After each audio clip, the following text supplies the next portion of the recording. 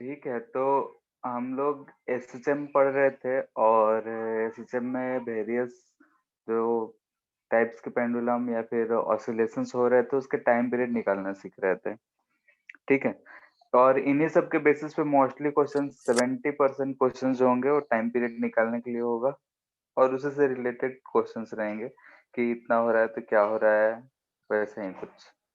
ठीक है, सॉल्व कर रहे होगे तो देख भी रहे होगे कि मोस्टली क्वेश्चन एसएसएम में उसी टाइप के रहते हैं। ठीक है, या तो फेजर डायग्राम के सहारा से करें या फिर डायरेक्टली हम सोच सके तो करें, एनर्जी मेथड से करें या फिर फोर्स मेथड से करें, कैसे भी फाइंड करना है वही। ठीक है, तो बाकी जो भी बुकलेट है और एचसी वर्मा है दोनों को कंप्लीट करना है और कुछ वैरायटी के क्वेश्चन अभी बचे हुए हैं तो वही हम लोग आज देखेंगे और उसके बाद पूरा बुकलेट कंप्लीट करना है। ठीक है, और फिर जो डाउट रहेगा उसको पूछना है। इसके बाद छोटे छोटे 2-3 टॉपिक बचेंगे आज के लेक्चर के बाद, और वो होगा एक तो सुपरपोजिशन या फिर इंटरफेरेंस ऑफ वेव्स बोलते हैं, एसएचएम का बोलते हैं कि superposition, and damped and forced oscillation. दोनों में हमको ज्यादा कुछ नहीं पढ़ना है, क्या होता है और कैसा इक्वेशन आएगा वो चीज याद रखना है। ठीक है, और मैथ्स के स्टूडेंट हो तो आगे चल के जब 12th में डिफरेंशियल इक्वेशन पढ़ोगे तो थोड़ा बहुत और क्लियर हो जाएगा, क्योंकि उसमें जो इक्वेशन आएगा उसी से सॉल्व होता है। खैर, वो तो बाद की बात है। अभी जो हम लोग कर रहे थे लास्ट क्लास, दिक्कत है तो बताओ टाइम पीरियड कैलकुलेशन में। सो हाँ, एचसी वर्मा में क्वेश्चन कौन नंबर सा? 15 का सी। Question exercise 15। तो एक सेकेंड।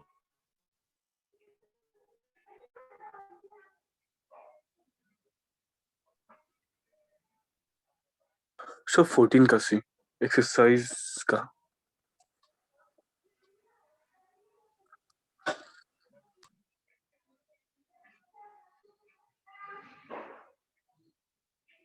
तो इसमें क्या दिक्कत आ गया? तो मैक्सिमम वाला तो न हो गया है।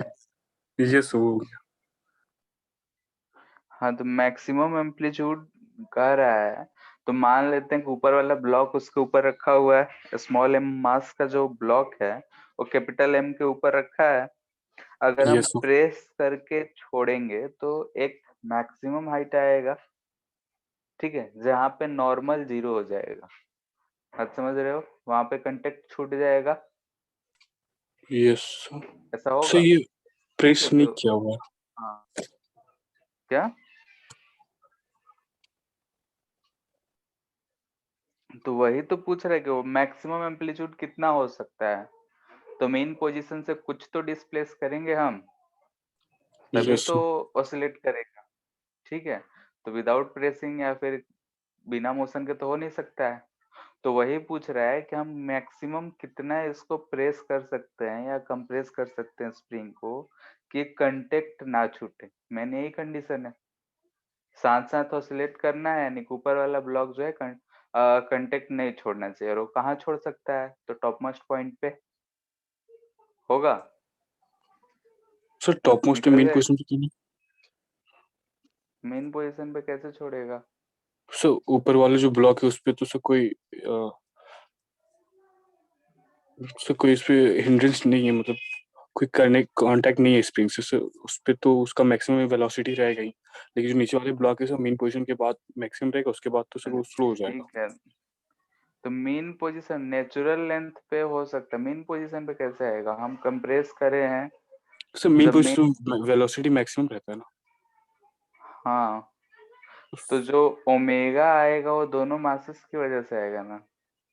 Yes sir. ठीक है, तो मेन पोजीशन पे आएगा। कैलकुलेट करके देखो कितना आता है। मेन है कि नॉर्मल 0 होना चाहिए, यही हमारा कंसेप्ट लगेगा। नॉर्मल ठीक है, जी। यस। यानी कि ऊपर वाला ब्लॉक और नीचे वाले के बीच में नॉर्मल 0 होगा। उसी समय कांटेक्ट छूट जाएगा तो साथ साथ छूट जाएगा ना, तो वही कंडीशन पूछ रहा है कि साथ साथ रहे तो मैक्सिमम एम्पलीट्यूड कितना हो सकता है। सर वैसे भी तो हो सकता है, अगर हम लोग अगर कंप्रेस किए और उसके बाद छोड़ेंगे तो सर मेन पोजीशन तक तो वो साथ में ही जाएगा। हाँ तो सर जो हम लोग जहाँ से रिलीज किए सर, वो और मेन पोजीशन का डिस्टेंस वो भी तो एक एम्पलीट्यूड हुआ ना। हाँ, तो कितना वही तो फाइंड करना है। सर तो कंप्रेस तो हम लोग कितने भी कर सकते हैं सर। कैसे? अगर मान लेते हैं कि वहां तक तो साथ रहा, ऊपर जाके कांटेक्ट छूट जा रहा है, तो यस सर। एक लिमिट होगा ना कि हम यहीं तक प्रेस करके छोड़े। हम ज्यादा प्रेस कर देंगे तो ऊपर वाला तो ऊपर उड़ जाएगा, तो हमको यस थोड़े सर। करना है। ठीक है, हमको इतना ही करना है कि हम इतना लिमिट में ही सिर्फ प्रेस करें कि दोनों ब्लॉक साथ साथ ही ऑसिलेट करें। ठीक है, तो कंडीशन यस लगा के देखना हो जाएगा। जी सर। ठीक है, बाकी इधर सब हो गया है, स्प्रिंग वाला सब मोस्टली तो इजी इजी ही है, लगभग करे हुए हैं। पैरेलल सीरीज वाला कॉम्बिनेशन है। सो वो हो गया सर, साथ साथ में अगर होमवर्क और कंप्लीट रहता तो सही रहता, छूट जाता फिर बाद में। हम्म, जैसे कि इसमें जो रहता है वो तो बोलते ही रहते हैं कि करते रहो, सर पता नहीं चलता ना किस पार्ट से करें। और मोस्टली जो होता है खत्म होने के बाद सारा एक साथ हो जाता है। सर ठीक है, तब तक से नया चैप्टर स्टार्ट हो। नेक्स्ट क्लास के बाद।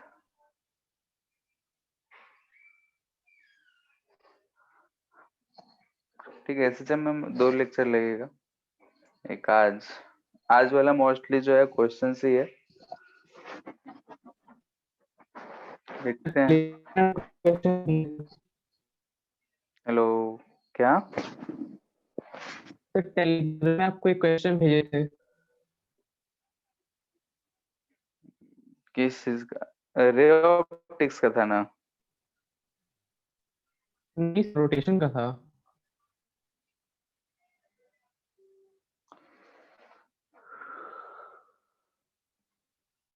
अच्छा, ठीक है, तो इसको बाद में देखना, अभी क्वेश्चन भी पढ़े नहीं है, एसएचएम कर रहे हैं तो। ठीक है, आधे इधर रोटेशन पढ़े भी नहीं है, ईवी वाले। ठीक है, और आज के लेक्चर में जैसे एक दो क्वेश्चन ऐसे रहेंगे कि फ्लूइड का थोड़ा बहुत जरूरी पड़ेगा, फ्लूइड डायनेमिक्स का। तो बायोन्सी फोर्स का ही है, तो बायोन्सी फोर्स 9th क्लास में पढ़े होगे तो यूज हो जाएगा। खैर, फिलहाल तो हम लोग कर रहे हैं मोशन ऑफ अ बॉल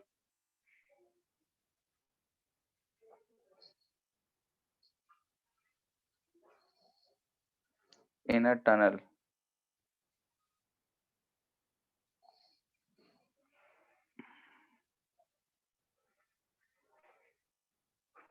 ठीक है, थ्रू अ अर्थ।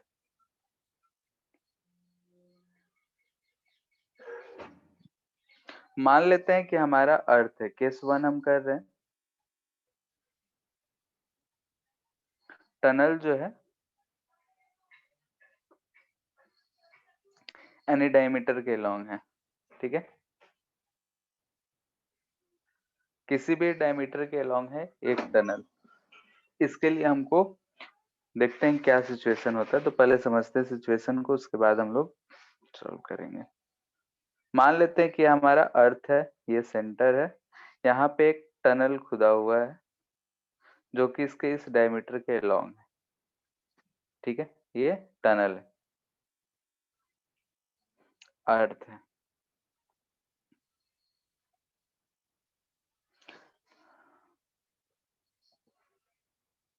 मान लेते हैं, तुम लोग बताओ कि इसका सेंटर है, यहाँ पे अगर हम किसी एक बॉल को ड्रॉप करेंगे तो क्या होगा? सेंटर की तरफ जाएगा।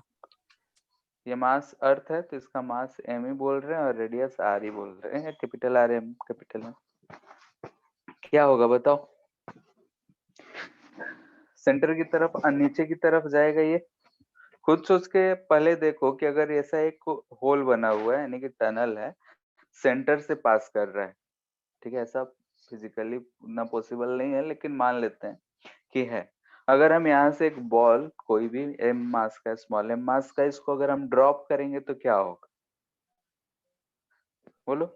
ये इधर नीचे की तरफ इस पे फोर्स लग रहा होगा, mg लग रहा होगा, और ये नीचे की तरफ आएगा। यहाँ सेंटर तक जब पहुंचेगा उसके बाद इधर आ जाएगा, तब कहाँ फोर्स लगेगा बताओ? सेंटर की ऊपर। तरफ फिर, और फिर यहाँ से आके इधर कहीं पे आएगा। यहाँ पे हमको दिख रहा है कि फोर्स इधर लग रहा होगा। यानी कि अगर हम ब्लॉक को यहाँ से ड्रॉप करेंगे तो फोर्स इधर लग रहा है। जब ब्लॉक सेंटर तक आया उसके बाद जो है फोर्स का डायरेक्शन चेंज हो जा रहा है, यानी कि हमेशा जो फोर्स है ग्रेविटेशनल फोर्स सेंटर की तरफ लगेगा। ठीक है, तो यहाँ पे हमको क्या दिख रहा है कि ब्लॉक को अगर हम ड्रॉप कर रहे हैं तो पहले उसका स्पीड बढ़ रहा होगा, यानी कि यहाँ ड्रॉप्ड है, यहाँ इनिशियल स्पीड 0 है, तो ड्रॉप किए हैं तो फोर्स के कारण इसका स्पीड जो है बढ़ता जाएगा बढ़ता जाएगा। सेंटर पे जब पहुंचेगा तो इसका स्पीड ज्यादा हो जाएगा।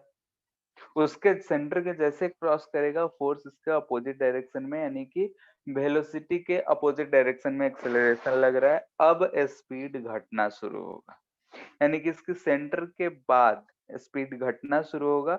घटते घटते कहाँ तक आएगा वो तो बात की बात है।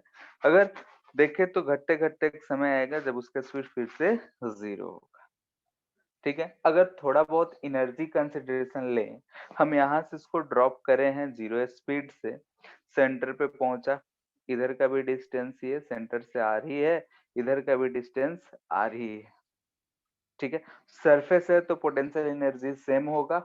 तो हम सिमेट्री से कह सकते हैं कि जो ब्लॉक को अगर हम यहाँ सरफेस से ड्रॉप करे हैं तो इधर इतना सरफेस तक वो पहुंचेगा। फिर इस पे फोर्स ऊपर लग रहा है तो फिर ऊपर की तरफ जाएगा, और ऐसा ही क्या वो ऑसिलेट करता हुआ रहेगा। दिख रहा है, यानी कि अर्थ के सेंटर से पास होता हुआ अगर हम एक टनल बना दिए हैं, ब्लॉक को अगर हम छोड़ रहे हैं तो इसमें हमको दिख रहा है कि जो ब्लॉक या बॉल जो भी है इसमें ऑसिलेट करता हुआ हमको दिख रहा है। क्लियर है? किसी को दिक्कत?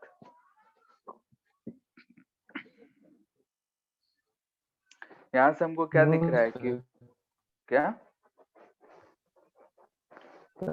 पूछे हैं कोई दिक्कत तो बोले नो सर। अच्छा, ठीक है, तो बॉल विल ऑसिलेट। बॉल अगर ऑसिलेट करेगा तो इसका टाइम पीरियड बता सकते हो क्या होगा?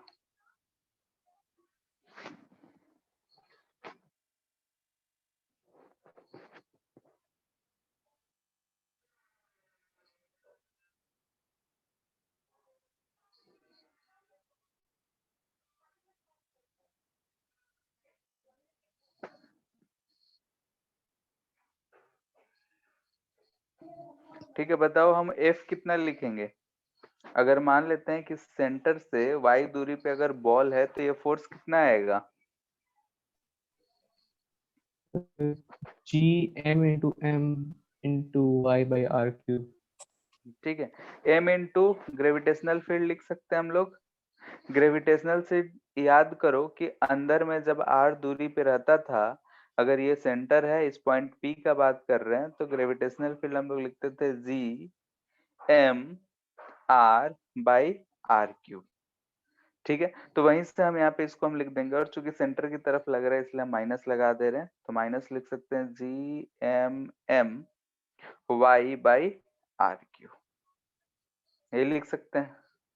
ऑल्सो हम लोग जानते हैं कि G M by R square जो होता है वो जी होता है। तो यहाँ पे अगर हम पुट करेंगे तो यहाँ पे हमको दिख रहा है कि माइनस कहीं M G by R Y, ऐसा लिख सकते हैं हम लोग, क्योंकि G M by R square use कर लिए हैं स्मॉल जी, तो ये हमको मिल रहा है फोर्स।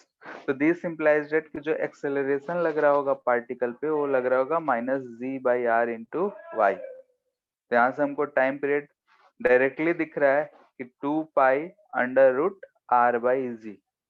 ठीक है, जिसका वैल्यू क्या आता है 84.6 मिनट।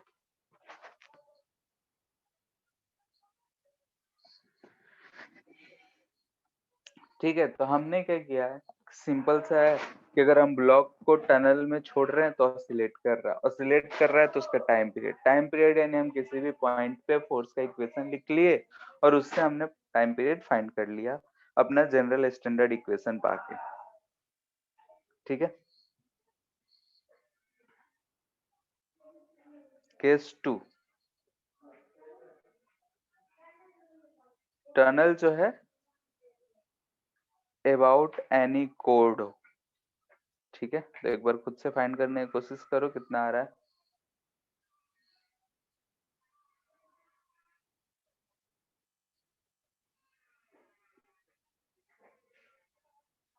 मान लेते हैं ये कोई कोड है, इस कोड के अबाउट में टनल है। अगर हम यहाँ पार्टिकल को ड्रॉप करेंगे तो ऑसिलेट करेगा या नहीं, सबसे पहली बात तो ये आ रही है, बोलो। Yes sir. करेगा, यस सर। सबको क्लियर है कि करेगा। यस अगर हम सर। देखें, हाँ, पार्टिकल यहाँ जा रहा है तो इसका सेंटर की तरफ इधर फोर्स लग रहा होगा। ठीक है, फोर्स का एक कंपोनेंट इधर आएगा, पार्टिकल नीचे जाएगा, इधर जब जाएगा तो फोर्स इधर की तरफ लगेगा और इसी के बीच में ऑसिलेट करता रहेगा। तो उसका टाइम पीरियड फाइंड करना है। तुमको अगर दिख गया कि ऑसिलेट कर रहा है तो टाइम पीरियड फाइंड करना है, तो बाएं हाथ का खेल है कि नहीं। ये x दूरी हम मान लेते हैं कि सेंटर से x दूरी पे है।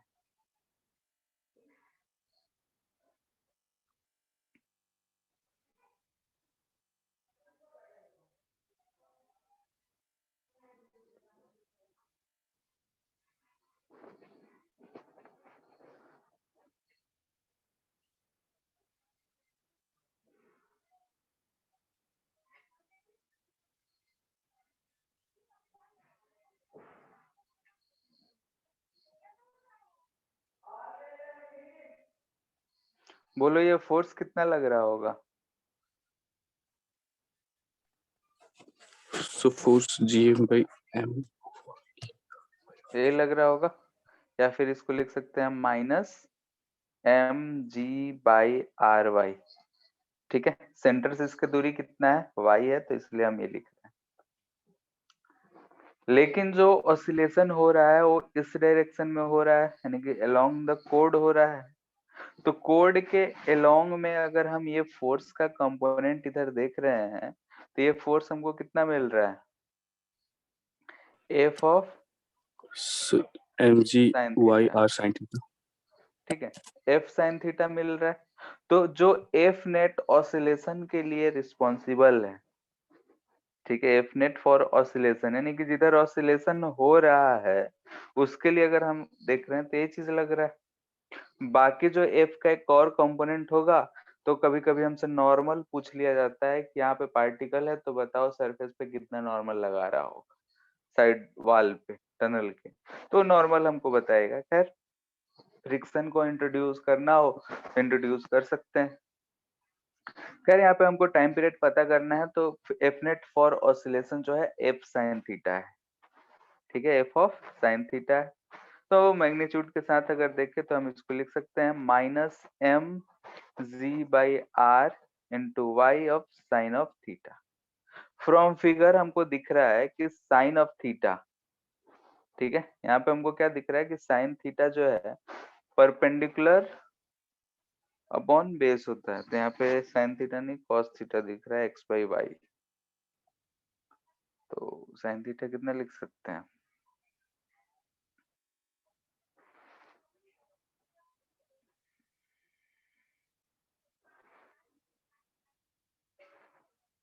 ठीक है, इसको, अच्छा, इसको x नहीं लेके इधर वाले को x ले लेते हैं। यहाँ से सेंटर से सर मान डिस्टेंस लेते हैं कि फ्रॉम x दूरी। सेंटर कॉर्ड दिया हुआ है। हाँ, ये मेन पोजीशन यही ना होगा, तो मेन पोजीशन से डिस्टेंस x ले रहे हैं, तो इसको क्या कर सकते हैं x/y। हमारा डिस्टेंस क्या होना चाहिए मेन पोजीशन से, तो यहाँ से हम क्या लिख सकते हैं, माइनस एक्स और एम वाई दोनों तो वेरिएबल होगा। हाँ ठीक है, लेकिन अगर हम इसका मेन पोजीशन से, अगर ऐसा पार्टिकल है, इसका मेन पोजीशन है, यहाँ से हम इस डिस्टेंस को x बोल रहे हैं, तो x वेरिएबल है, यहाँ से y है, ये y भी वेरिएबल होगा। ठीक है, लेकिन अगर ये थीटा है तो हम यहाँ से साइन थीटा क्या लिख सकते हैं, x बाई वाई। ठीक है, तो यहाँ से अगर हम x बाई वाई लिखते हैं तो y y कैंसिल होके क्या मिल जा रहा है हमको, minus M G by R X. ठीक है, तो यहाँ से हम फिर से बोल सकते हैं कि टाइम पीरियड हमको क्या मिल जाएगा, 2 पाई अंडर रूट r/z, यानी कि यहाँ से भी अगर हमको दिख रहा है कि 84.6 मिनट ही। ठीक है, यानी कि अगर हम डायमीटर के लॉन्ग लें या फिर कोड के लॉन्ग, टाइम पीरियड हमारा सेम आ रहा है। और एक चीज सोचो कि अगर हम नॉर्थ पोल पे हैं, अगर ऐसा टनल बन जाए फिजिकली, तो हमको नॉर्थ पोल से साउथ पोल जाने में 1.5 घंटा से भी कम लगेगा। ठीक है, यानी कि सर अगर उसमें हम से निकल ही कहाँ पाएंगे कि पहुंच जाएंगे? क्या, सर वो वाला टनल से निकल ही कहाँ पाएंगे? अरे भाई कुछ मैकेनिकल कुछ मान लेते हैं, कुछ तो लगाएंगे रुकने के लिए। तो अगर ठीक है, नहीं रुक पाए तो फिर अंदर ही झूलते रहेंगे। हाँ ठीक है, तो ऐसा फिजिकली तो पॉसिबल अभी तक हुआ नहीं है, बाकी का पता नहीं। सर ठीक है, अगर ऐसा हुआ तो एनर्जी तो बहुत ज्यादा बच जाएगा। हाँ ठीक है, मान लेते हैं इंडिया इस साइड है, उसके पीछे कौन सा कंट्री पड़ता होगा, ग्लोब देखना पड़ेगा। ठीक है, तो ऐसा अगर हो ब्राजील जाए तो एक पड़ेगा जगह शायद। हाँ, ब्राजील पड़ेगा शायद। अब जो भी पड़े, अगर ऐसा अगर हो जाता है, टनल बन जाए, तो आसानी से हम लोग मूव कर सकते हैं। ठीक है, अर्थ का कोर तो इतना गर्म है, हम लोग सरवाइव कर पाएंगे? इसीलिए तो बोले कि फिजिकली अभी तक पॉसिबल नहीं है। खैर, लोग बोल रहे थे कि 2020 तक फ्लाइंग कार आ जाएंगी, और अभी एरोप्लेन सब भी बंद हो गया था, तो ऐसा कुछ कहना तो अभी पॉसिबल है नहीं। 2024 तक तो पक्का आ जाएगा। अब देखो क्या होता है, पक्का कैसे कर सकते हैं। सर क्योंकि पेरिस ओलंपिक्स होने वाला है उस ईयर, उसमें बोला गया है कि प्लेयर सबको फ्लाइंग टैक्सी से पहुंचाया जाएगा। देखो हो भी सकता है, तो गेम मॉडल ये सब तो तैयार कर लिया गया है। यस सर, सर थोड़ा काफी ऊपर कीजिए ना। डेमो मॉडल ये सब बना हुआ था। हाँ, अभी हाल फिलहाल में फ्लाइंग कार का मॉडल तैयार हुआ है, अब उसका टेस्टिंग ये सब बाकी है, अब देखो क्या होता है।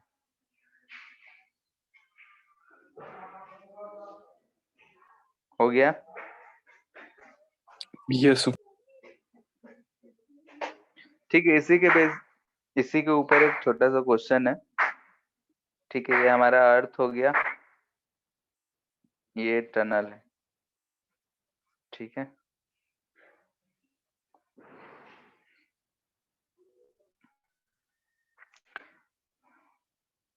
यानी कि इस डायमीटर के लॉन्ग टनल है, रेडियस जो है आर है।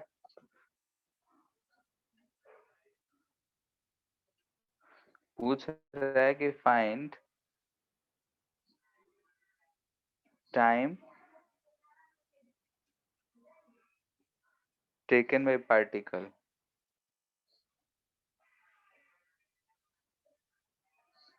To cover the length of tunnel.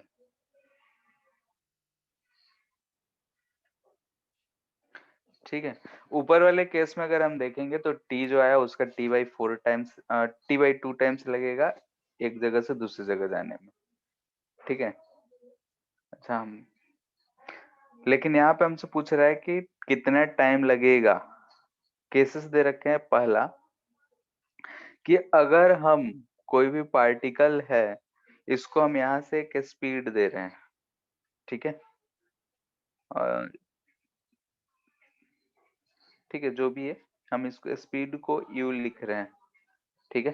तो जो पहला है u इजकल टू है -√gr, ठीक है। माइनस साइन क्या रिप्रेजेंट कर रहा है कि जब हम इधर u जो भी डायरेक्शन दे रखे हैं उसका अपोजिट डायरेक्शन। क्लियर है?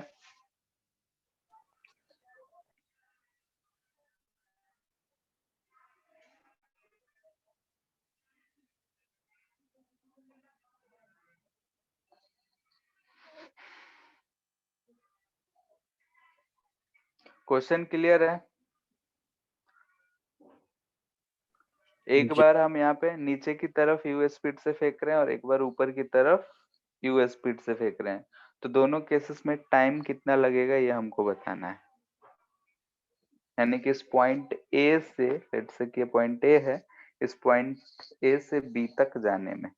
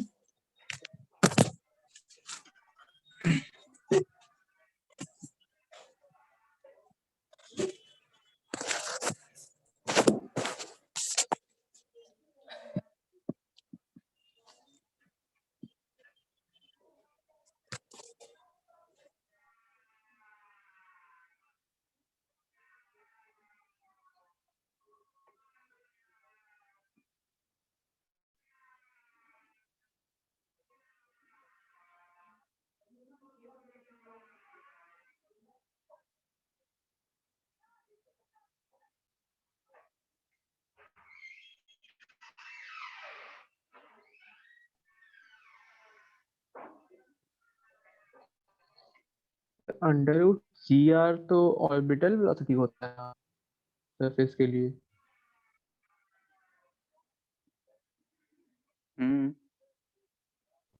तो फिर अगर हम लोग ऊपर प्रोजेक्ट करेंगे तो फिर वो तो ऑर्बिट में घूमने लग जाएगा।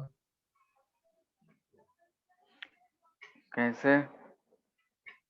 तो ये ऑर्बिटल वेलोसिटी तो मिल गया है,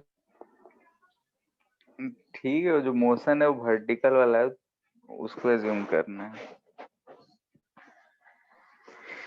तो टर्न में आएगा कहाँ जब अगर वो ऑर्बिट में घूमेगा तो?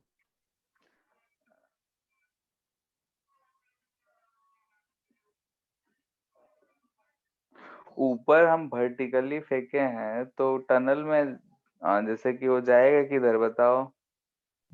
वर्टिकली अब फेंके गोल हैं घूमेगा। तो ऑर्बिट में घूमेगा। यस, कैसे? उसका डायरेक्शन कौन चेंज करेगा? तो सर डायरेक्शन पे तो डिपेंड नहीं करता था ना, तो बस एनर्जी हम लोग दे दी, एनर्जी रिक्वायर्ड है तो। डायरेक्शन पे डिपेंड नहीं करता था, लेकिन वर्टिकल नहीं। जैसे कि अगर हम वर्टिकल से इधर किस एंगल पे फेंकते हैं उस पे कोई डिपेंड नहीं करेगा, लेकिन अगर वर्टिकली फेंकेंगे तो ये जो पार्टिकल है इसको ऐसा ऑर्बिट में लाने के लिए इधर कोई घुमाने वाला तो चाहिए। सिर्फ इस पे फोर्स किधर लग रहा है? जिस डायरेक्शन में हम फेंके हैं।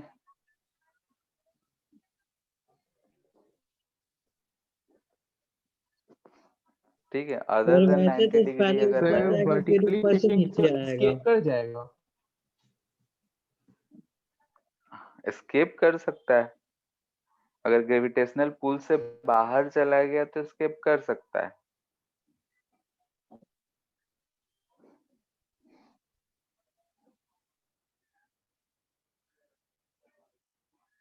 लेकिन ऑर्बिट में अगर हमको घुमाना है तो ऑर्बिट में घुमाने के लिए हमको क्या चाहिए? थोड़ा बहुत भी 90 डिग्री से थोड़ा भी अगर हम एंगल दे रहे हैं तो घूम जाएगा, क्योंकि एक कंपोनेंट आ जाएगा जो उसको उसका डायरेक्शन चेंज कर सके।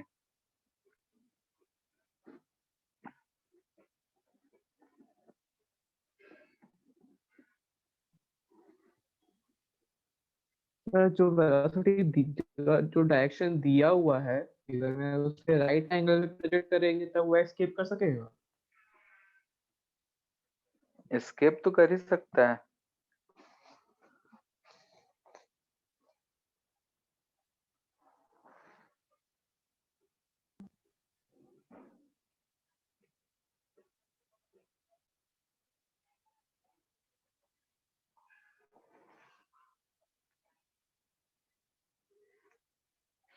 वेलोसिटी दे रहे हैं नहीं कि हम उसको इतना एनर्जी दे रहे हैं तो ग्रेविटेशनल जो अट्रैक्शन एनर्जी है, बाइंडिंग एनर्जी है, उस एनर्जी को ओवरकम कर जाए, तो ओवरकम कर जाएगा तो एस्केप कर जाएगा। आ गया इसका आंसर। सर एक सेकंड आ रहा।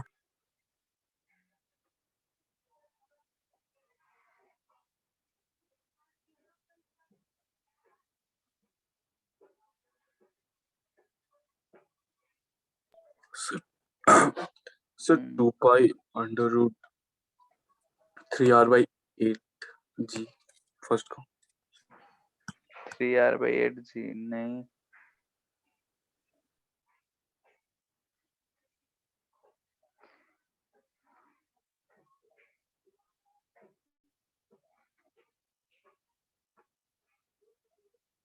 हमको टाइम निकालना है, कैसे निकालोगे बताओ?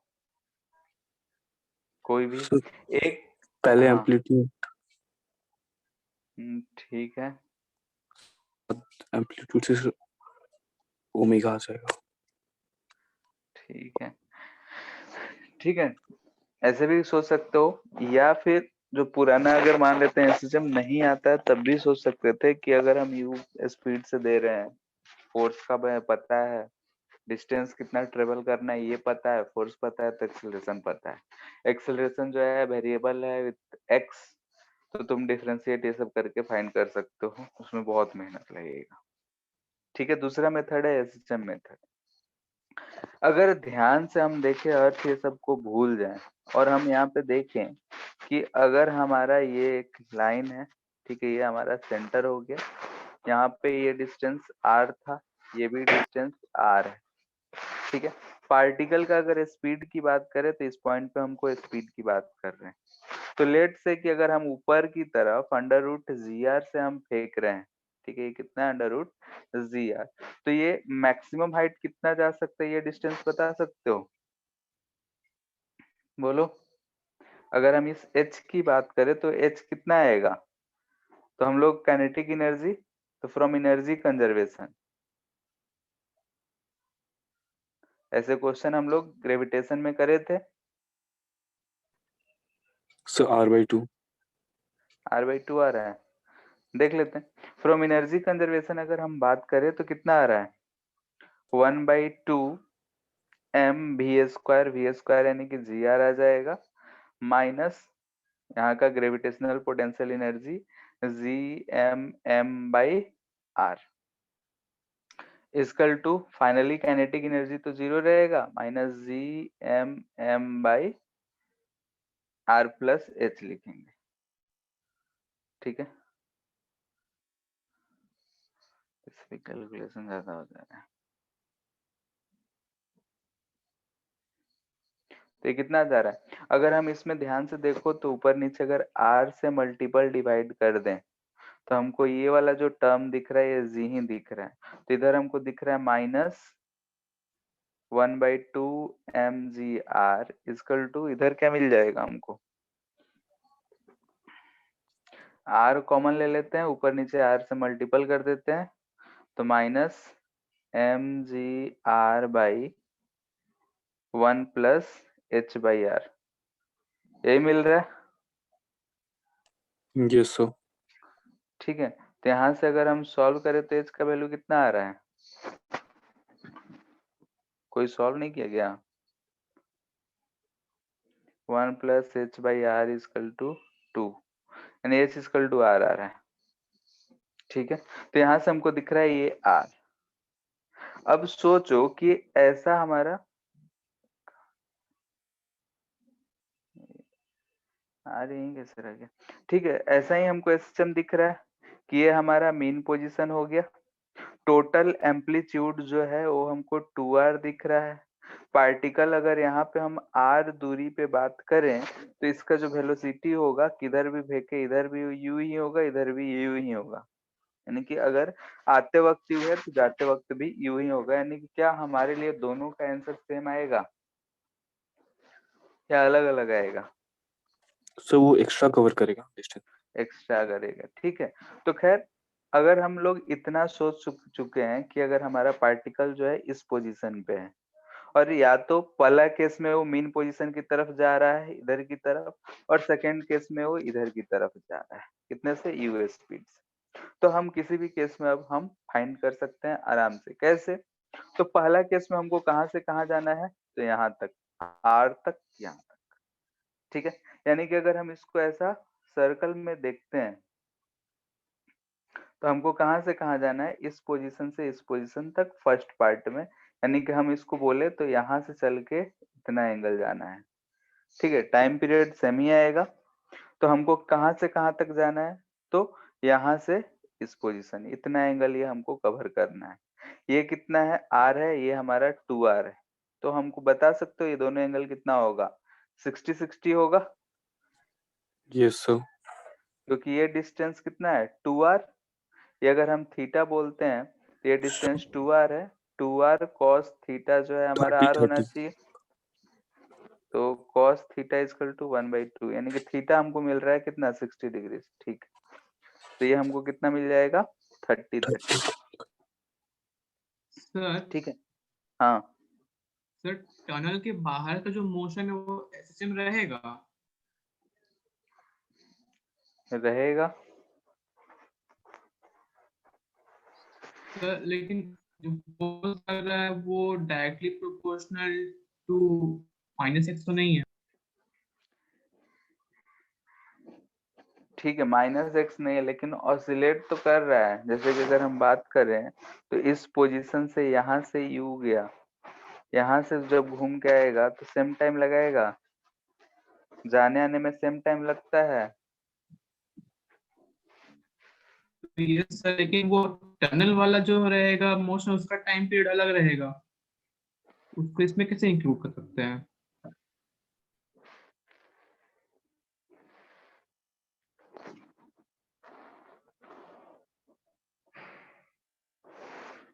अलग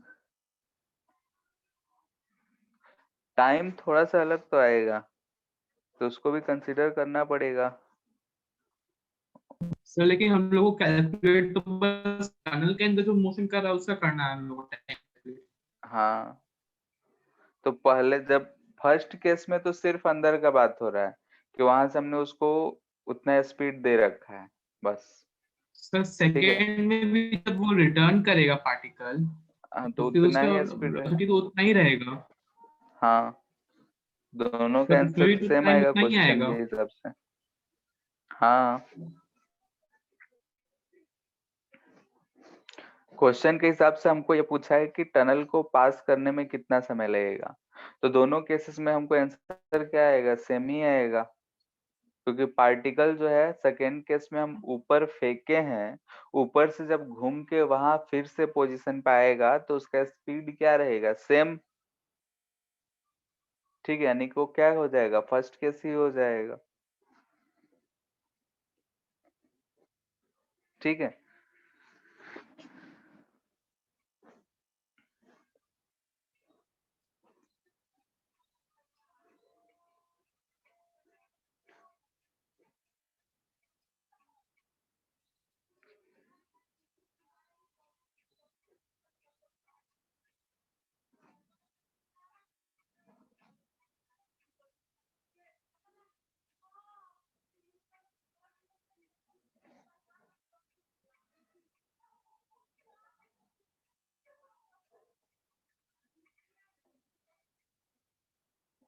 ठीक है। तो इसके बाद सॉल्व करो, क्या आ रहा है?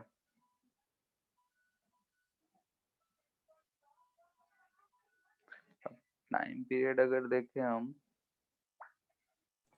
सो 5t/6।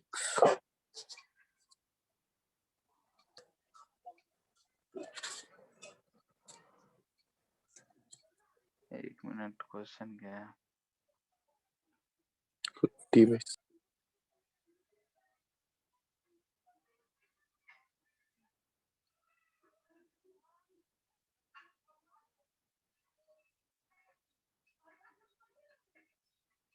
ठीक है, खैर यहाँ तक हमको क्लियर है, कितना अगर हमको डिस्टेंस कवर करना है इतना एंगल कवर करना है, अगर ओमेगा पता चल जाए तो हम टाइम फाइंड कर लेंगे, यही है हमारा। इतना बात में किसी को दिक्कत? No sir. ठीक है, तो अब हमको यहाँ से दिख रहा है कि अगर हम मान लेते हैं कितना दूर का जो है वो एसएसएम कर रहा है, तो यहाँ इसके पास वेलोसिटी v जो है वो अंडर रूट जी आर है, ये हमको पता है। अगर हम देखें तो हमारा जो डिस्प्लेसमेंट x इक्वल टू होता है a sine omega t plus five होता है, ठीक है। अगर हम t इक्वल टू 0 पे देखें, according to question t equal to 0 पे हमारा जो x है वो कितना है, r, यानी कि दिस इंप्लाइज दैट कि r equal to a of sine of five, इतना दिख रहा है, ठीक है। यानी कि बाहर वाले को हम इधर वाले को एसएचएम नहीं मान रहे आर के बाद, तो ऐसा हम देख रहा है कि आर जो है ए साइन फाइव, यहाँ से हमको ये इक्वेशन ऑफ एसएचएम है, इस इक्वेशन से हमको ये चीज मिल रहा है। टी इक्वल टू 0 पे पार्टिकल जो है एक्स इक्वल टू आर पे, टी इक्वल टू 0 पे उसका वेलोसिटी कितना है, तो वेलोसिटी इक्वल टू होता है dx बाई dt, यानी कि A omega cos of omega T plus five, ठीक है। ये हमारा वेलोसिटी है। तो at T equal to 0 velocity जो दे रखा है वो दे रखा है अंडर रूट जी आर, ठीक है।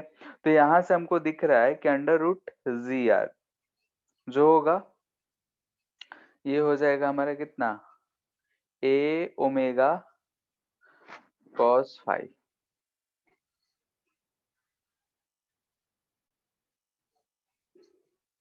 ठीक है।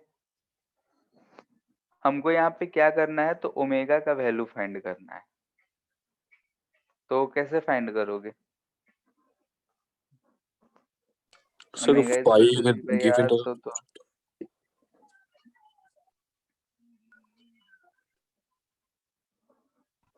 इतना साइन क्यों फाइव हो जाएगा? और कॉस फाइव का वैल्यू लिख के स्क्वायर करके ऐड कर देंगे।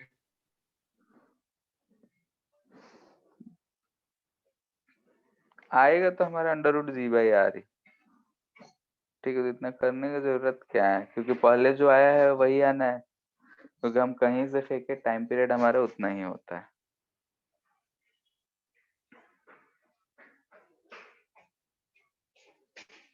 तो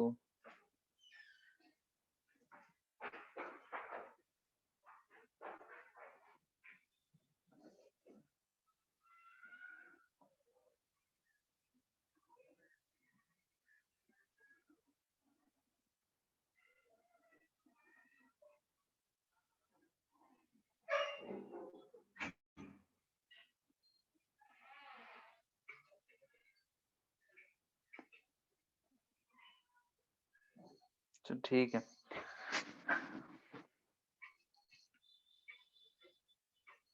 कहीं हम कुछ गलती कर रहे हैं, पकड़ में नहीं आ रहा है।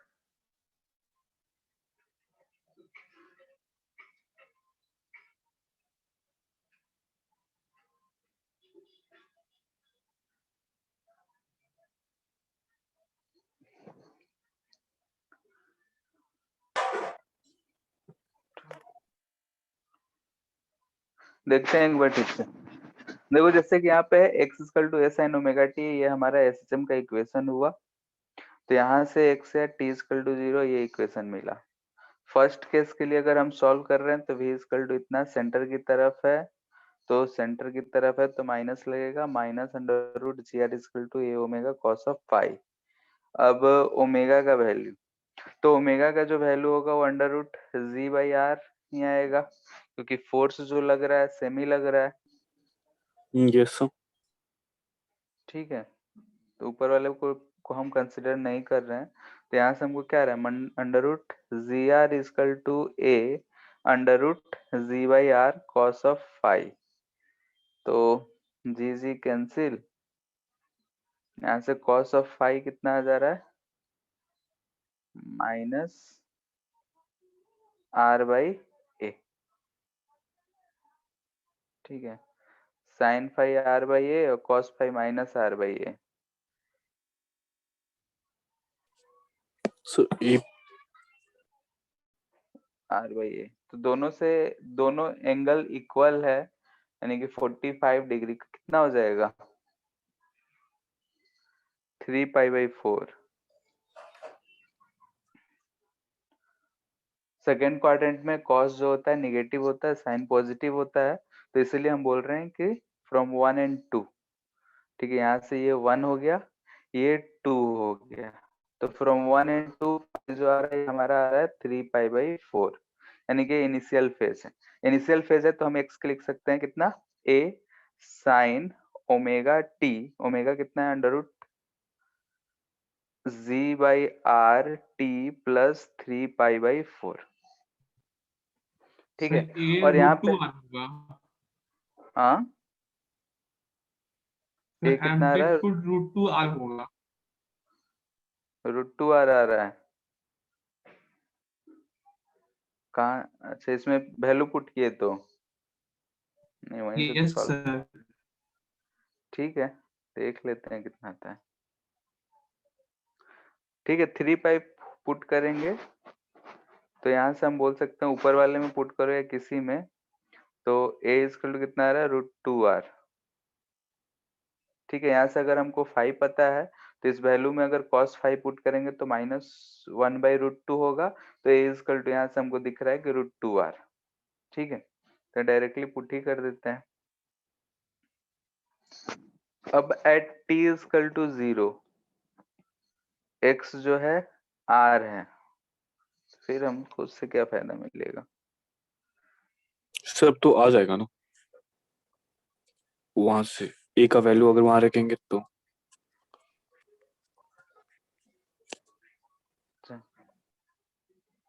a का वैल्यू रखेंगे तो मतलब सर वो फेजर डायग्राम में तो आ ही जाएगा कितना जो फेजर डायग्राम से कितना एंगल टनल का। अच्छा हाँ ठीक है, तो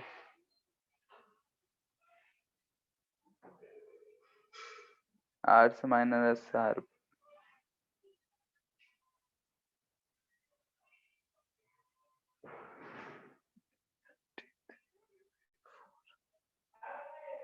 t इक्वल टू 0 पे वो -r पे है, t इक्वल टू t पे +r पे होगा, तो वहां से सॉल्व करना पड़ेगा।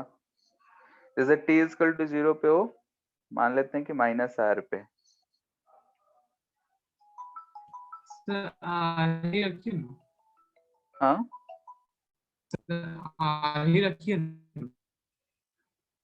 तो x इक्वल टू r है। टी को टी पे माइनस आर रख देते हैं।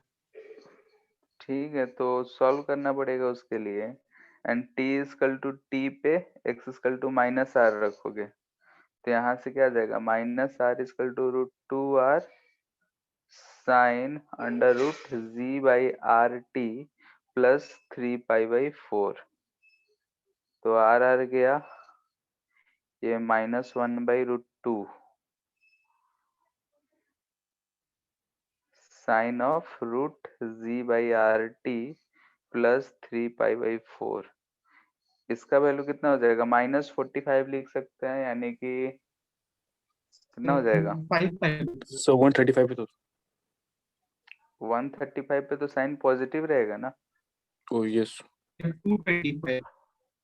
5 लिख सकते हैं। Yes sir. ठीक है, साइन का equal to sine root under z/r/t plus 3π/4, तो इसको सॉल्व करोगे तो कितना आ जा रहा है,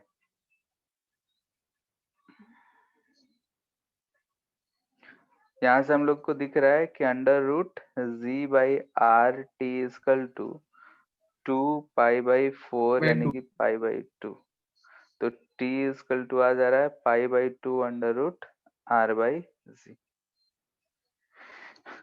ठीक है, तो इतना आ रहा है। सो तो वहां से आ गया था फेजर डायग्राम से π/2 √r। वही हम चेक कर रहे थे, वहां से सो कैसे आ रहा है, सर 60 एम्पलीट्यूड हम डिग्री आ लोग रहा को √r दिया हुआ है ना, तो सर यहाँ पे 45 डिग्री आ जा रहा है थीटा। सर है। हाँ, हाँ तो थीटा थीटा हो गया ठीक सर है, 90 डिग्री। हाँ ठीक है, यहाँ पे ये फिर गलत है, काट दे रहे हैं। ये अप्रोच जो था वो गलत था। ठीक है, गलत इसलिए था क्योंकि जो बाहर का जो मोशन है वो एसएचएम नहीं कर रहा है, तो एसएचएम में हम कंसीडर नहीं कर सकते हैं। अगर एसएचएम कंसीडर कर रहे हैं तो उसका जो एम्पलीट्यूड आ रहा है कितना आ रहा है, √2r। यहाँ से भी √2r है, तो √2r से इसके बाद ये क्या कहते हैं, इतना अगर आ गया है तो इसके बाद भी फेजर लगा के आराम से तुम लोग फाइंड कर सकते थे। ठीक है, थोड़ा सा गलती, इतना टाइम गया।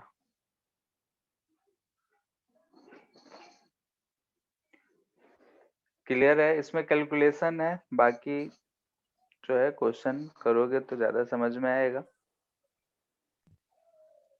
तो ओमेगा का वैल्यू किस पर डिपेंड करता है? ओमेगा क्या है, कांस्टेंट आया था हमारा, जैसे कि F equal to proportional to हमारा एक्स था, तो हमने बोला था कि के एक्स है, के कांस्टेंट है, के बाई एम है, तो ये कांस्टेंट है, उस कांस्टेंट के ऊपर डिपेंड करता है कि फोर्स का कांस्टेंट कितना आ रहा है, बस। हाँ, सो अगर वो एंगुलर फ्रीक्वेंसी से उसको अगर नॉर्मल फ्रीक्वेंसी में करे तो कैसे होगा ओमेगा? तो मैं इसका इक्वल टू 2πf ही तो लिखते हैं। ये फ्रीक्वेंसी है, ये एंगुलर फ्रीक्वेंसी है। यस।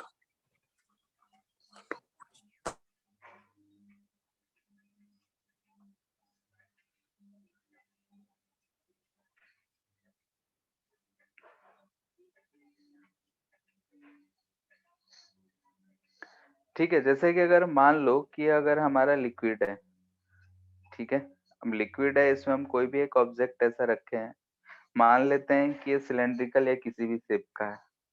ठीक है, हो सकता है ऐसा ब्लॉक दे दे, सिलेंड्रिकल दे दे, कैसा भी शेप तुमको दिया जा सकता है। ये इस पे तैर रहा है, तैर रहा है, यानी कि अगर ये सॉलिड है, ये डेंसिटी ऑफ लिक्विड है, तो of course density of liquid जो है डेंसिटी ऑफ सॉलिड से ज्यादा होना चाहिए, नहीं तो ये डूब जाएगा। ये बात मानते हो? Yes sir. ठीक है, अब ये जो ब्लॉक है, मान लेते हैं कि ये इसका हाइट जो है h है, और ये जो इसका एरिया है, ये एरिया a है, और ये इस पे तैर रहा है। अगर ये इस पे तैर रहा है, मान लेते हैं इक्विलिब्रियम में है, कोई डिस्टरबेंस नहीं, आराम से मजे में वो तैर रहा है। अब सोचो कि इसको ऊपर से हम थोड़ा सा प्रेस करके छोड़ देंगे तो कैसा मोशन होगा, बताओ? ऑक्सीलेशन। ऑसिलेट करेगा, नीचे जाएगा, फिर ऊपर आएगा, फिर नीचे आएगा, ऐसे ही ऊपर नीचे ऑसिलेट करेगा। बात समझ पा रहे हो? नहीं तो घर में बाल्टी है, बाल्टी में पानी भर के उसमें वाटर बोतल डाल के देख लेना, वाटर बोतल भी तैरता है। थोड़ा सा अगर हम प्रेस करके छोड़ेंगे तो ऊपर नीचे ऐसा ऑसिलेट करता हुआ हमको दिखेगा। ठीक है, तो अगर वो ऑसिलेट कर रहा है तो उसका अगर हमको टाइम पीरियड फाइंड करना हो तो हम कैसे फाइंड करेंगे? तो वही सवाल है। तो हम मान लेते हैं कि ये जो डिस्टेंस है एट इक्विलिब्रियम है x0, ठीक है, यानी कि एट इक्विलिब्रियम। इक्विलिब्रियम पे अगर हम ब्लॉक को देखें तो ब्लॉक पे नीचे की तरफ फोर्स लग रहा होगा mg, और ऊपर की तरफ फोर्स लग रहा होगा बायोन्स फोर्स। बायोन्स फोर्स जो होगा वो कितना होता है, rho of liquid volume submerged into G. ठीक है, तो इसको हम लिख सकते हैं rho of solid volume of total volume हम लिखते हैं इनटू जी। ठीक है, तो एरिया एच के टर्म में हम इसको लिख सकते हैं रो सॉलिड ए एच जी, लिख सकते हैं। इसको क्या लिखेंगे, तो इसको हम लिखेंगे रो ऑफ लिक्विड एरिया, तो एरिया है x0, यही जो वॉल्यूम है वो सबमर्ज्ड होगा, यानी कि इधर वाला जो वॉल्यूम होगा वही सबमर्ज्ड होगा इनटू जी। एट इक्विलिब्रियम में है तो दोनों फोर्सेस बराबर होंगे, यानी कि एफ बी जो होगा वो mg के बराबर है। यहाँ से हमको क्या मिल रहा है कि x0 इजकल टू, या फिर rho L x0 equal to rho S into H. AG cut जाएगा, ये हमको मिल रहा है, ये पहला इक्वेशन एट इक्विलिब्रियम। अब चूंकि एसएचएम फाइंड करना था तो पहला इक्विलिब्रियम का कंडीशन फाइंड कर लिया, अब हम एक्स डिस्प्लेस करेंगे। ठीक है, तो ये अगर हम बोल रहे हैं कि ये हमारा वाटर लेवल हो गया, हमने इसको क्या किया है कि अब x इसका इक्विलिब्रियम पोजीशन से प्रेस कर दिया है, तो ये हमको मिल गया x नॉट प्लस x। ठीक है, इसका टोटल हाइट अभी भी कितना था, h था। ऊपर की तरफ फोर्स ऑफ बायोंसी लग रहा होगा, नीचे की तरफ mg लग रहा होगा। यहाँ पे अगर हम एफ नेट की बात करें तो ऊपर की तरफ है, तो माइनस हम F B minus M G लिख सकते हैं। ठीक है, तो यहाँ से हमको क्या मिल रहा है, अच्छा ये ऊपर माइनस तो नीचे प्लस ऐसा होगा, सॉरी ऊपर की तरफ माइनस नीचे प्लस, तो माइनस एफ बी क्या होगा, तो rho of liquid volume submerge. Volume submerge देखो तो a into X not plus X दिख रहा है, ठीक है, इंटू जी प्लस mg को क्या लिख सकते हैं, तो rho S A H G अभी भी वही है। ठीक है, तो यहाँ से अगर ध्यान से देखो तो rho L A X naught G जो है इसी के बराबर है, यानी कि minus rho L A G X हमको मिल रहा है, ए मिल रहा है X naught into rho L A मिल रहा है, एक लाइन बढ़ाना पड़ेगा, यस सर। ठीक है, ए मिल रहा है। ठीक है, तो ये हमको एफ नेट मिल गया। ठीक है, यहाँ ध्यान से देखो, हम ऐसा इसलिए कर रहे हैं क्योंकि rho L A X naught G जो है वो एम जी के बराबर है, ऊपर से ध्यान से देख सकते हो, यहाँ से ये एम जी इक्वल टू इसके बराबर है।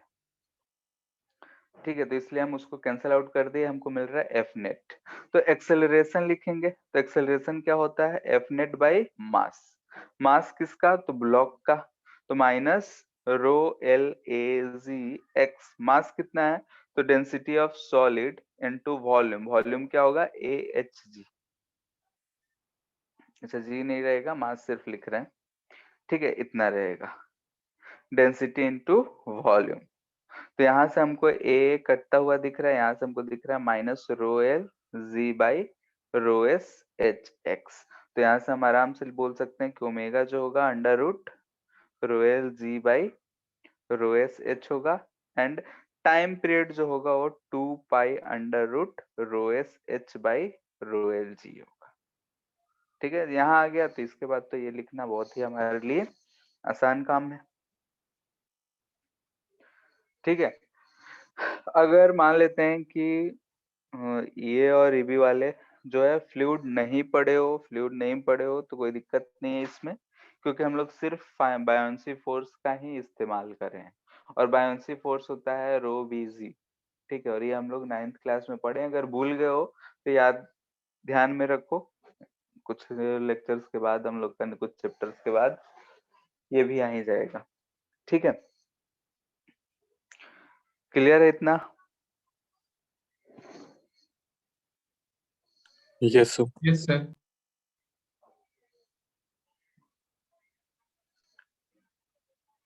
यूट्यूब का क्वेश्चन है, ठीक है, वो मूवी देखने वाला यूट्यूब नहीं, लेकिन यू शेप का नहीं बल्कि भी शेप का है, ऐसा ट्यूब है, सरफेस हो गया, इसमें कोई एक लिक्विड भरा हुआ है, लेट से इसमें ऐसा लिक्विड भरा हुआ है। ठीक है, इसका हाइट जो है h है, ये एंगल अल्फा है, ये एंगल बीटा दे रखा है, जनरल इक्वेशन ही लेके चल रहे हैं, बाकी क्वेश्चन में अल्फा बीटा कुछ भी दे सकता है। ठीक है, अगर U2 पूरा हो गया तो अल्फा भी 90 और बीटा भी 90 हमको दिखेगा। खैर ये चीज है।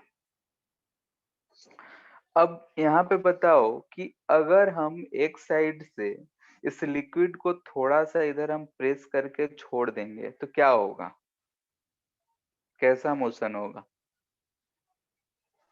इधर से हम थोड़ा सा प्रेस कर दिए, यहाँ तक लाए और छोड़ दिए, तो प्रेस करेंगे यहाँ लाएंगे तो इधर वाला ऑप्शन इधर कहीं ऊपर उठ जाएगा, इधर वाला पोर्शन, फिर इधर का पोर्शन ज्यादा होगा तो इधर से प्रेस करेगा, फिर ये ऊपर जाएगा इधर का, और ऐसा ही मोशन होता रहेगा।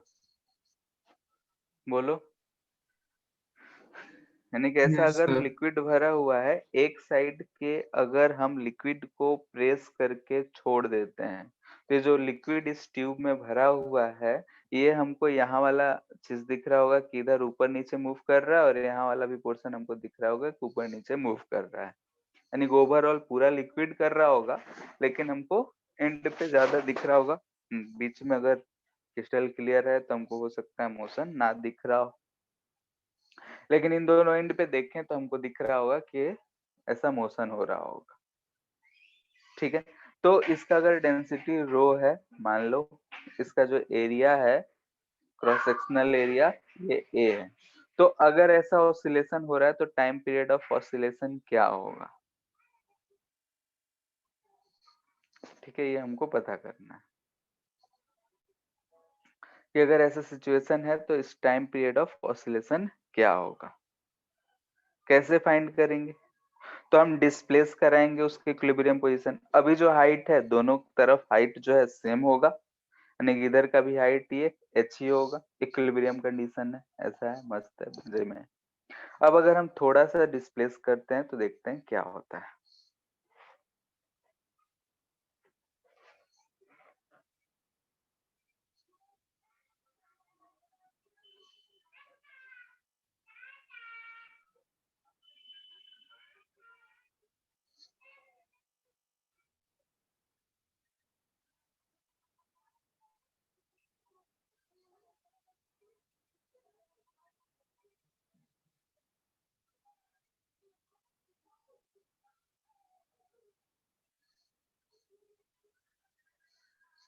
ठीक है, ऐसा था, ये इसका इक्विलिब्रियम पोजीशन है, यानी कि ये हाइट h है। अब हम मान लेते हैं कि इसको थोड़ा सा अगर हम लिक्विड को यहाँ तक भर रहे हैं, ठीक है, यानी कि लिक्विड को हम प्रेस कर दिए इधर, तो इधर का लिक्विड थोड़ा ऊपर चला जाएगा, जाएगा सर दोनों के लिए अलग लग जाएगा क्या? क्या बोल रहे हो? 6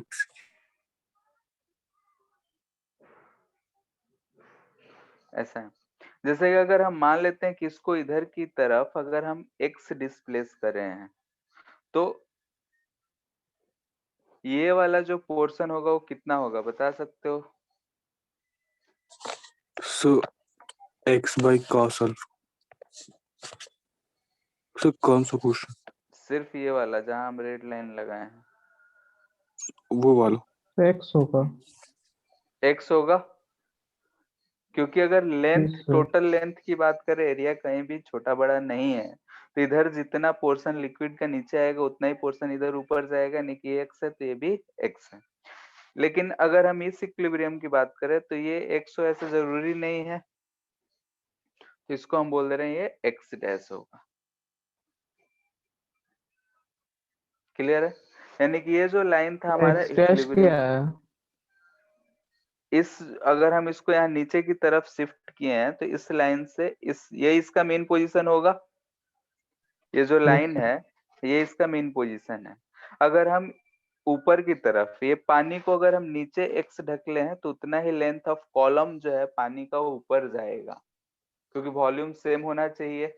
तो यहाँ का अगर पानी का यस सर। वॉल्यूम हम देखें तो यहाँ का वॉल्यूम सेम, यानी कि ये x वाला पोर्शन जो है वो लेंथ सेम होना चाहिए, क्योंकि दोनों ट्यूब का एरिया सेम है। यहाँ भले ही फिगर में ज्यादा बड़ा कम दिख रहा है, लेकिन एरिया सेम है, तो जितना वॉल्यूम हम यहाँ पे फर्स्ट जगह पे हम प्रेस किए होंगे उतना ही यहाँ इस मेन पोजीशन से ऊपर सेकेंड पोजीशन पे गया होगा। तो ये एक्स एक्स है। अगर हम ये नया लेंथ देख रहे हैं तो इस लेंथ तक, इस इधर का एंड जो है इस लेंथ तक है, तो इस मेन पोजीशन से इसका पोजीशन अगर देख रहे हैं तो ये हमको एक्स डैश मिल रहा है। क्लियर है?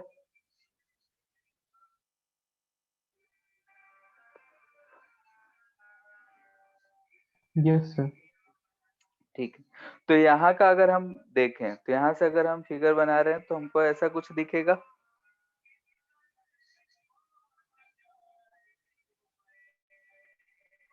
बोलो, या फिर ट्रायंगल है कहाँ?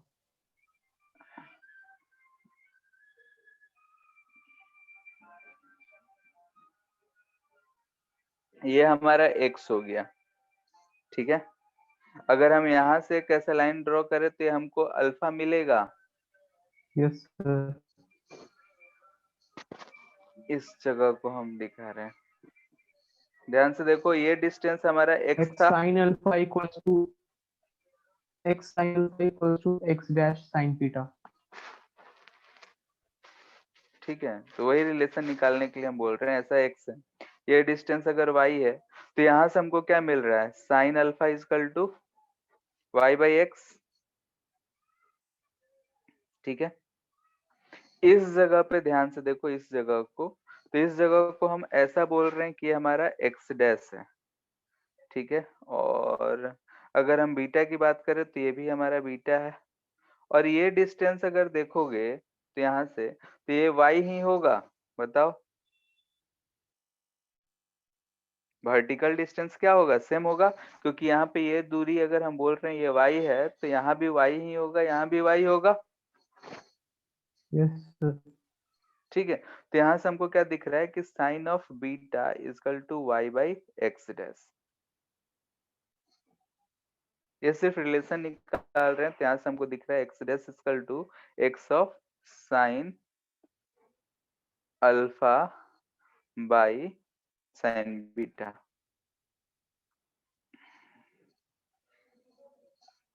ठीक है, बाकी लोग को थोड़ा सा समझने में आगे दिक्कत होगा, यहाँ तक तो कोई दिक्कत नहीं होना चाहिए, क्योंकि यहाँ तक तो हम यहाँ पे सिंपली वो जो है प्रेस, एक्स डैश वाला हाँ, समझ नहीं आया। यहाँ पे इस वाले फिगर को देखो ध्यान से, जो हम गोला बनाए हैं उसको हम आगे की तरफ बोले तो ये दो हम पैरेलल लाइन ड्रॉ किए हैं, इन दोनों के बीच का दूरी कितना क्या है, y है, तो ये वर्टिकल लाइन क्या y होगा, ये जो यस, डिस्टेंस है ऐसा, ये x डैश दे रखा है, और तो ये वही एंगल समझ नहीं आया एक्स डैश कैसे है। यहाँ पे देखो, इसमें ऐसा है, हमने इसको इधर की तरफ x डिस्प्लेस किया है, ठीक है।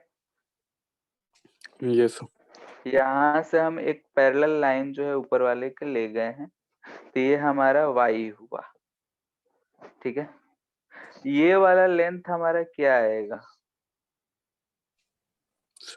एक्स, x कैसे आएगा बता सकते हो? सो वॉल्यूम तो सेम डिस्प्लेस होगा ना। हाँ, तो इसमें जो वॉल्यूम था वाटर का, हमने इधर प्रेस करा है, यानी कि यहाँ खाली हुआ है, तो यहाँ आएगा किसके ऊपर ऐसा जाएगा, ये वाला वॉल्यूम सेम होगा, बताओ, बोलो।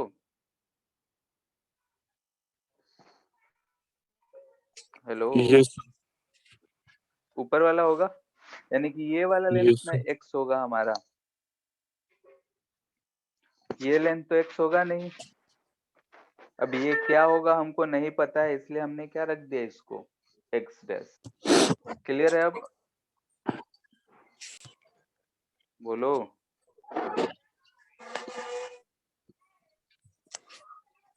हेलो, यस, ठीक है, हमको नहीं पता था इसलिए हमने उसका नाम x डैश रख दिया। अब यहाँ पे दिख रहा है कि इन दोनों पैरेलल लाइन के बीच का दूरी, यानी कि इस फर्स्ट लाइन a लाइन और b लाइन के बीच का दूरी y है, तो यहाँ पे अगर हम वही लाइन अगर हम ड्रॉ करते हैं, यहाँ पे अगर ऐसा हम एक लाइन ऐसा ड्रॉ करे हैं, तो ये हमको एक ट्रेंगल दिख रहा है, ठीक है। उसी ट्रेंगल को हमने यहाँ पे बनाया है, तो उस ट्रेंगल को जब हम यहाँ बनाए हैं तो हमको ये रिलेशन मिल रहा है। यहाँ पे हमको एक ऐसा ट्रेंगल दिख रहा है, ठीक है, इस ट्रेंगल को हमने यहाँ बनाया है, तो हमको ऐसा रिलेशन मिल रहा है, तो वहां से हमको एक्स डैश और एक्स में एक रिलेशन मिल जा रहा है। अगर अल्फा बीटा इक्वल होता तो एक्स डैश एक्स के बराबर होता, लेकिन हम ऐसा अभी कुछ नहीं कर सकते हैं। क्लियर है इतना बात? अब हम यहाँ इसलिए इसको फाइंड करे हैं क्योंकि अगर हम यहाँ से इसके बीच का टोटल दूरी को अगर हम डेल्टा एल बोल रहे हैं, ठीक है, ये जो टोटल दूरी डेल्टा एल यहाँ पे हमको दिख रहा है कि x प्लस एक्स डैश है, ठीक है।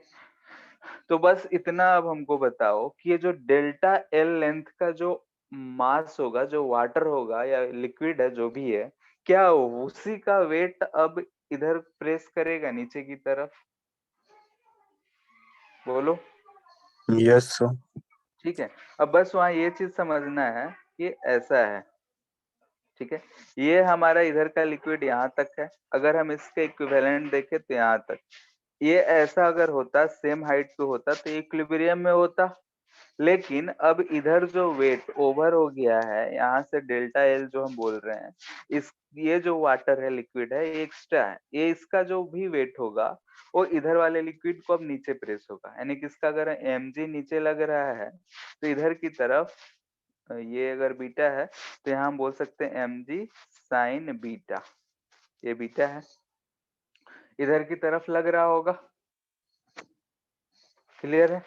यानी कि mg साइन बीटा जो है इसके सेंटर पे ऐसा mg लग रहा है, तो इधर की तरफ हमको इसका एक कंपोनेंट mg साइन बीटा दिख रहा है जो कि बाकी वाटर को प्रेस कर रहा होगा। दिख रहा है सबको? क्योंकि मैं नहीं, हमको ये जो वेट है यानी कि जो डेल्टा एल का वेट है, यहाँ पे डेल्टा एल की अगर हम बात करें तो हम बोल सकते हैं axis length,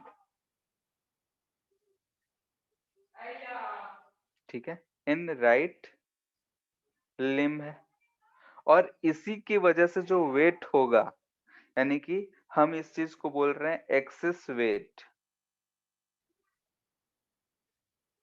due to it will press rest of liquid, ठीक है। और यही जो फोर्स होगा, यही क्या उसको मेन पोजीशन पे लाने के लिए रिस्पॉन्सिबल है? बात समझ रहे हो? ठीक है, तो यहाँ पे अगर हम डेल्टा एल की बात करें तो हमको x प्लस एक्स डैश मिल रहा है, यानी कि हम एक्स डैश की वैल्यू पुट कर दें तो हमको ये दिख रहा है कि sign alpha plus sine beta by sine beta into x दिख रहा है, ठीक है। हम एक्स डैश का वैल्यू पुट कर दिए ऊपर से। ये डेल्टा एल है, एरिया ए है, तो ये हम बोल सकते हैं कि वेट, ठीक है। एक्सेस वेट की अगर हम बात करें तो हम mg बोल रहे हैं, m को क्या बोल सकते हैं, रो vg। रो कितना है तो रो है वॉल्यूम, वॉल्यूम क्या लिखेंगे तो a इंटू डेल्टा एल, ये भी लिखते हैं रो a इंटू डेल्टा एल, यही हमारा वॉल्यूम होगा इंटू सी। डेल्टा एल कितना है तो ऊपर से हम लिख ले रहे हैं sine alpha plus sine beta by sine beta into X G, ठीक है। ये हमारा आ गया एक्सेस वेट, ठीक है। लेकिन हमारा जो एफ नेट है, एफ नेट जो है वो क्या है तो mg साइन बीटा है। ऊपर से देखो ये वाला जो फोर्स है ये रिस्पॉन्सिबल है कितना तो mg साइन बीटा, तो फोर्स रिस्पॉन्सिबल है, तो mg साइन बीटा यहाँ से हमको दिख रहा है कि rho A sine alpha plus sine beta G into X. किधर की तरफ लग रहा है तो मेन पोजीशन की तरफ लग रहा है, मेन पोजीशन की तरफ लग रहा है, तो हम यहाँ से बोल सकते हैं कि एक्सेलरेशन, एक्सेलरेशन जो होगा वो एफ नेट बाई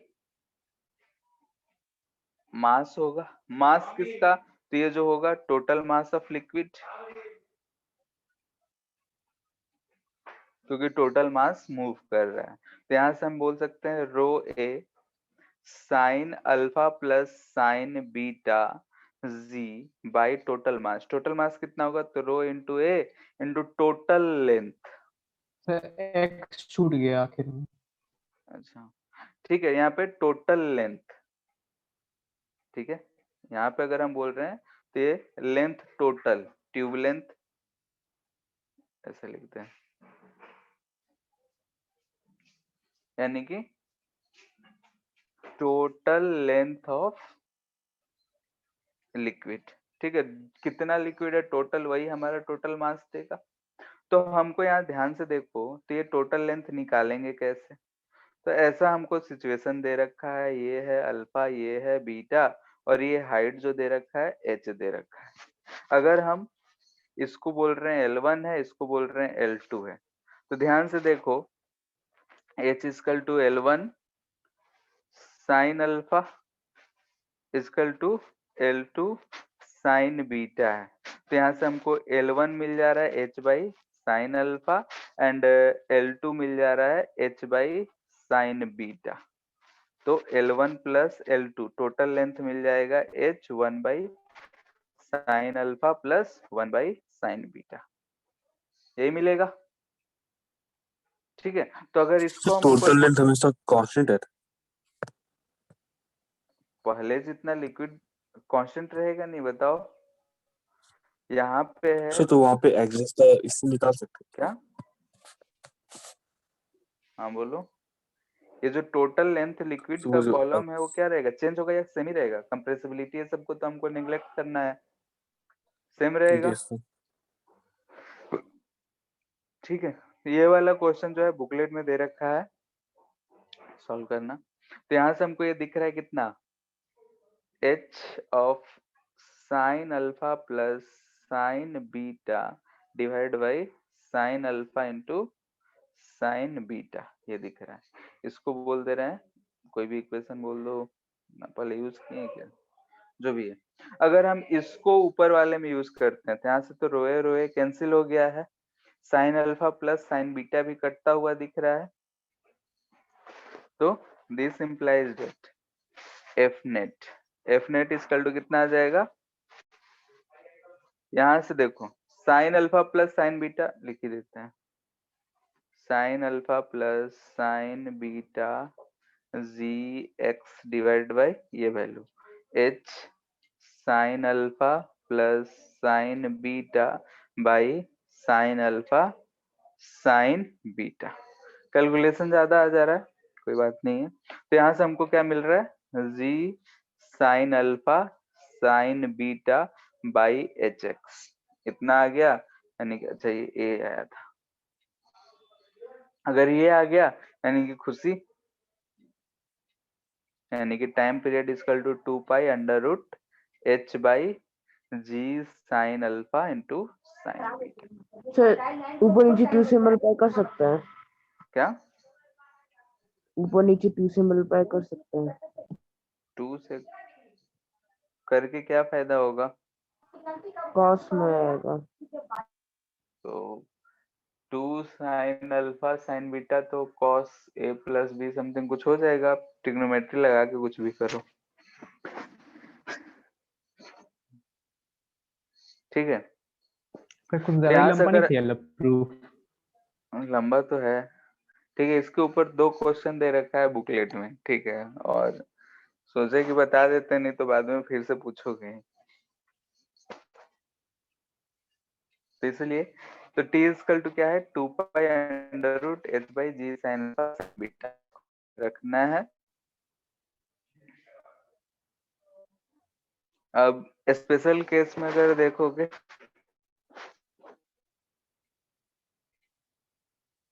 ठीक है, तो केस 1 कह रहे हैं, अगर हम बोले कि ऐसा ट्यूब हो,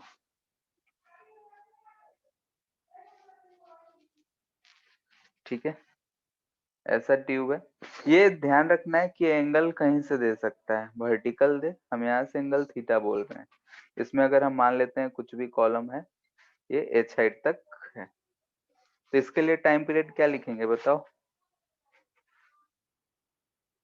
यहाँ पे हमको क्या दिख रहा है, अल्फा इक्वल टू 90 डिग्री दिख रहा है, क्योंकि ये अल्फा हुआ करता था, एंड बीटा इक्वल टू दिख रहा है कि थीटा है, तो इसके लिए हम डायरेक्ट लिख सकते हैं 2 pi under root H by G sine G sine theta. ठीक है, वही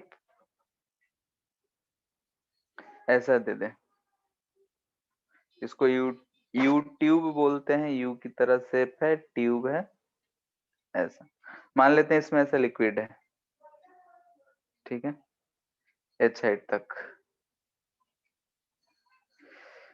इसके लिए टाइम पीरियड लिखना हो तो यहाँ हमको क्या दिख रहा है, अल्फा भी 90 डिग्री एंड बीटा भी 90 डिग्री, इसके लिए 2 pi under root H by G हो जाएगा।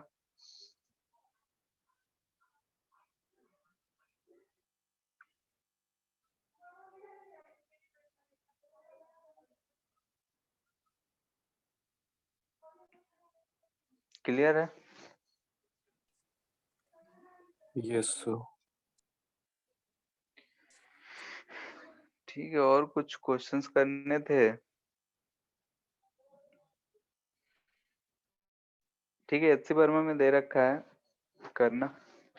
पूछोगे, अगर बनाओगे तो उसमें पूछोगे तो बता देंगे। ठीक है, टाइम तो बचा नहीं, ये कर लो, एक क्वेश्चन जल्दी जल्दी, इजी से ही दे रहे हैं। मान लेते हैं कि एक रॉड है, इस एक्सिस के अबाउट ये ऐसे रोटेट कर सकता है, यहाँ पे एक स्प्रिंग से कनेक्टेड है। ठीक है, ये स्प्रिंग का नेचुरल लेंथ है, इसका लेंथ जो है L है, मास M है, इसका K है। ठीक है, अब यहाँ पे ध्यान से देखो कि इस रॉड को अगर हम x डायरेक्शन में थोड़ा सा प्रेस करके छोड़ दें तो ये क्या करेगा? ऑसिलेट करेगा,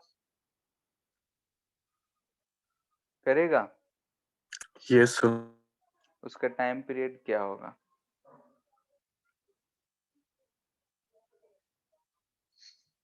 ठीक है, तो हम पहला बता देते हैं। ऐसे ऐसे क्वेश्चंस तुम लोग को सर एससी एक वर्मा में सेकंड ट्राई कर। दो दो स्प्रिंग जुड़ा हुआ, तीन तीन स्प्रिंग, ऐसा कर करके तुमको क्वेश्चन मिलेगा।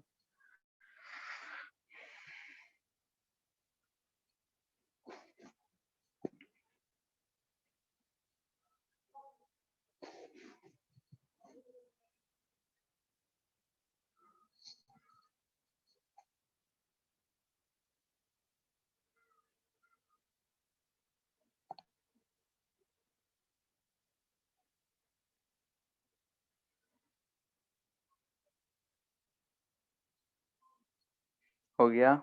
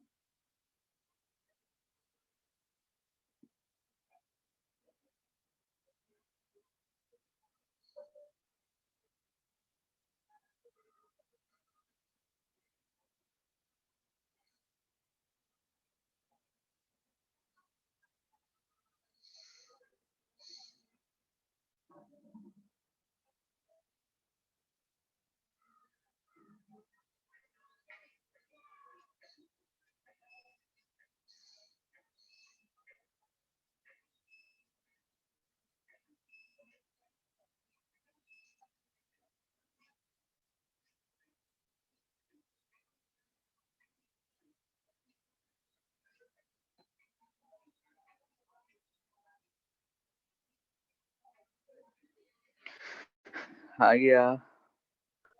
सर तो वेरी स्मॉल एम्पलीट्यूड के लिए बस कनेक्ट कर सकते हैं इसमें तो। हाँ, क्योंकि सर अगर ज्यादा फिर इसको कंप्रेस कर देंगे तो फिर स्प्रिंग थोड़ा ऊपर आ जाएगा। बहुत ही, तो एसएसएम तो स्मॉल डिस्प्लेसमेंट के लिए है, थीटा बहुत ही स्मॉल होगा।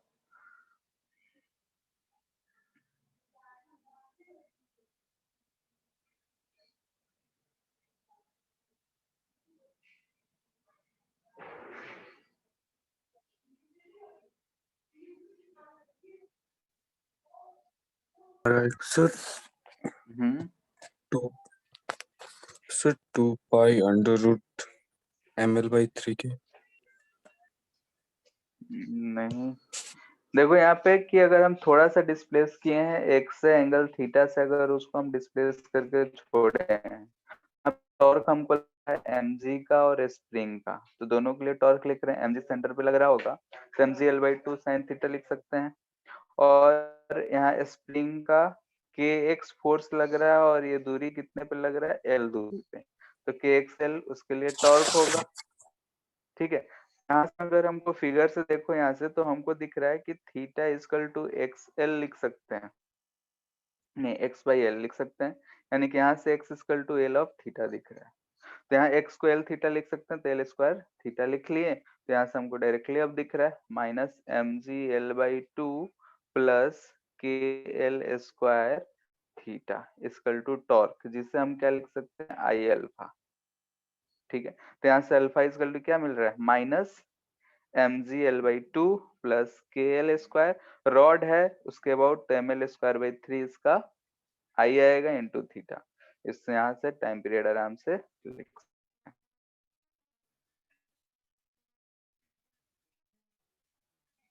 सर थीटा बड़ा होना चाहिए। ठीक है, छोटा है तभी तो साइन थीटा को हम थीटा लिख रहे हैं। सर तो फिर छोटा है तो mg का इफेक्ट होगा उस पे। क्यों नहीं होगा? टॉर्क क्यों नहीं होगा बताओ? तो छोटा रहेगा तो सर तो एक्सिस से ही चला जाएगा ना। अगर ऐसा है, यहाँ से हम थोड़ा सा भी डिस्प्लेस किए हैं तो एक टॉर्क लगेगा कि नहीं लगेगा बताओ? यस लगेगा सर। ना, इसलिए स्मॉल ही लगे, थीटा ही लिखे हैं।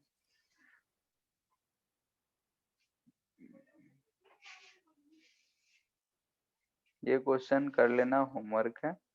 ऐसे ऐसे क्वेश्चन तुम लोग को बहुत सारे मिल सकते हैं कोई भी स्टैंडर्ड बुक में। ठीक है, यहाँ सेंटर ऑफ मास उससे कनेक्टेड है।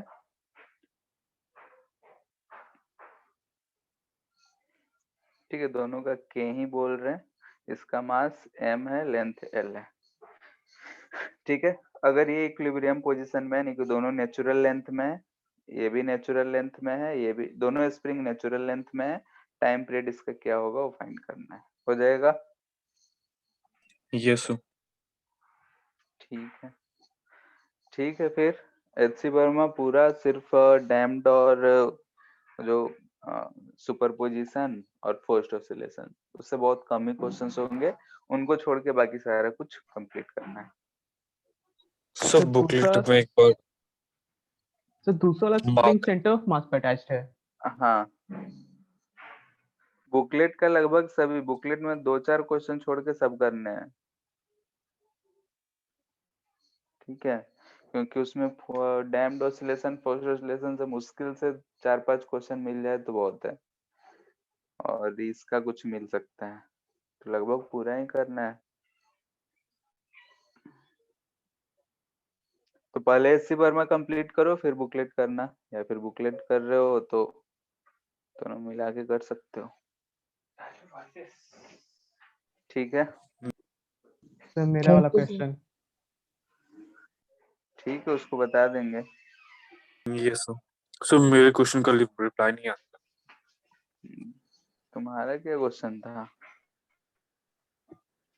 सर टेलीग्राम पे भेज से तो। ठीक है, बता देंगे उसको भी। अच्छा, ठीक है, बता देंगे। Thank you sir. Thank you. Thank you sir.